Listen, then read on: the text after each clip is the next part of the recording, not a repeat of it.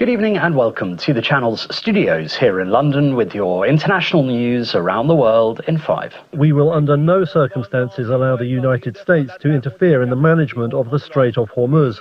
Iran has threatened to block further trading routes in the region as the US launched a fresh wave of strikes on military targets. Iran's Revolutionary Guard said that the Strait of Hormuz would remain shut until the US ended its acts of aggression. They also threatened to close off other regional oil and gas export channels. US military central command said it Iran's Navy operation overnight.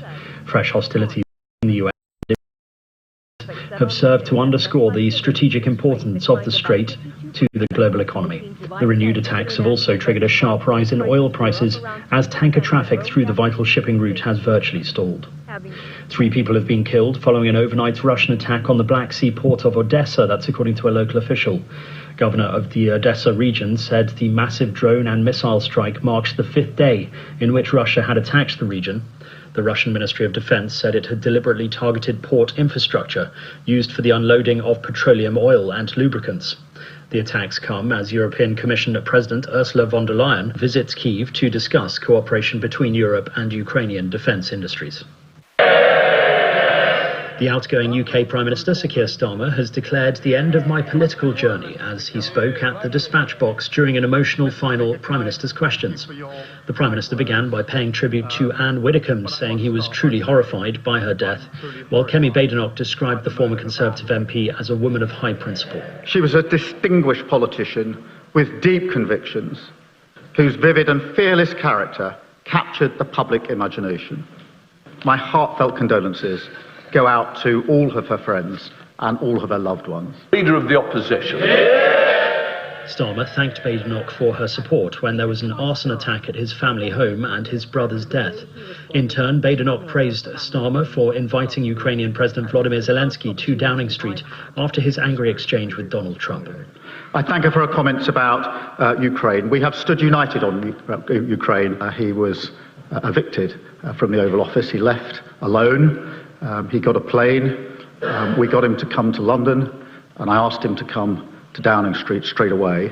And I walked out to meet him. I gave him a hug, and then I showed him what was in the street, which was many people who had come thinking that he was visiting Downing Street. And the moment he got out the car and hugged me, they cheered on the top of their voices, the British people, to tell President Zelensky exactly what they thought. Away from the business of PMQs, there was extra time for football jokes. I think that's the first and sadly probably the last time I'll be compared to Jude Bellingham. But I thank him for that. And on the question of red cards, I can't tell him how much incoming I had a week ago Monday after President Trump intervened for their red card, for me to get the England red card adjusted. Just for the record, Mr. Speaker, I didn't attempt. Peru's president-elect, Keiko Fujimori, has formally received her credentials at Lima's Grand National Theatre ahead of her inauguration on the 28th of July, becoming the first woman elected to the country's presidency.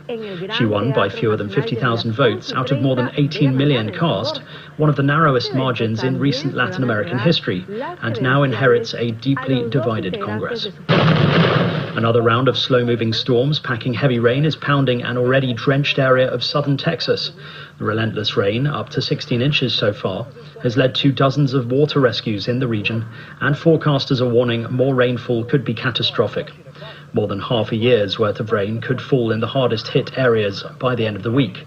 At least 45 people have been pulled from floodwaters in the country by the end of Tuesday. And a cryptic puzzle beaming from LED wheels atop Adobe's headquarters has been cracked 3 years after it was switched on. I don't give up very easily. I thought I could solve it.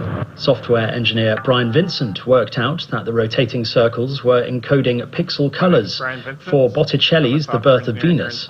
It is only the 3rd such semaphore since they first appeared on the building in 2006. A 4th puzzle is already in the works. And that's your international news around the world in 5. Now back to the channel's studios in Lagos.